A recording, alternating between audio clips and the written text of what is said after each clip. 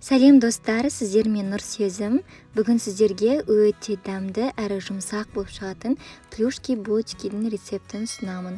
Видеоны көрмес бұрын менің каналыма тіркеліп, басқа да көптеген рецепттер көре аласыздар. Алдымен жылы сүтке, жылы су және қантты қосып араластырып аламыз.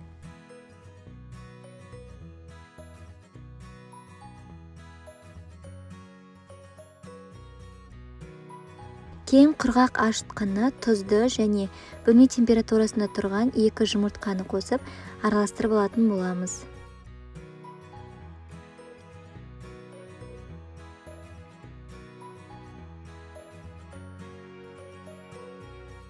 Кейін сұйық май қосып тағы да араластырамыз.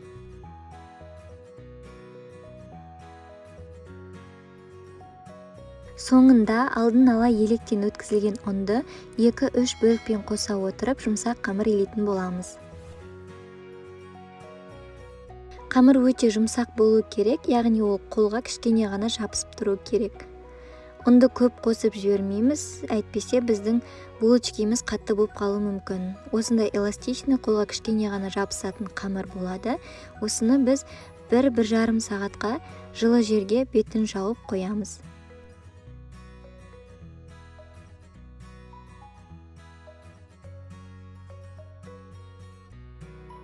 Менің қамырым 1 сағатта дәл осылай биік болып көтерілді. Енді оны кішкене ғана ұн сеуіп, коврикке аударып аламыз.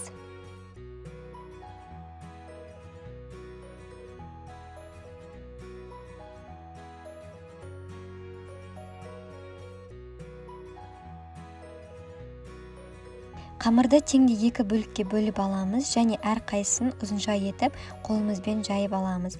Кейін сол бөлікті теңде етіп 7 не болмаса 8 бөлікке бөлеміз. Менде барлық қамырдан 15 штук булочки шыққан болатын. Сіздер өздеріңіздің қалауыңызша кішкентай етіп жасасаңыздар да болады.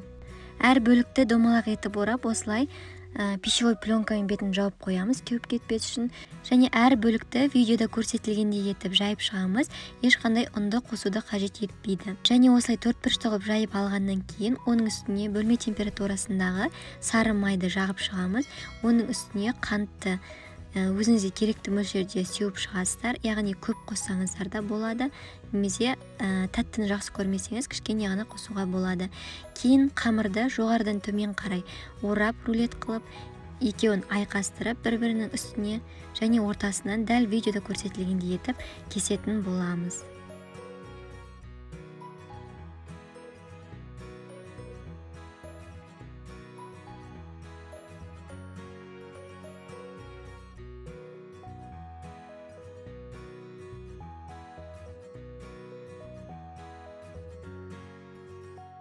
Дайын булочкилардың бетін жауып 15-20 минутқа бөлме температурасында қалдырамыз.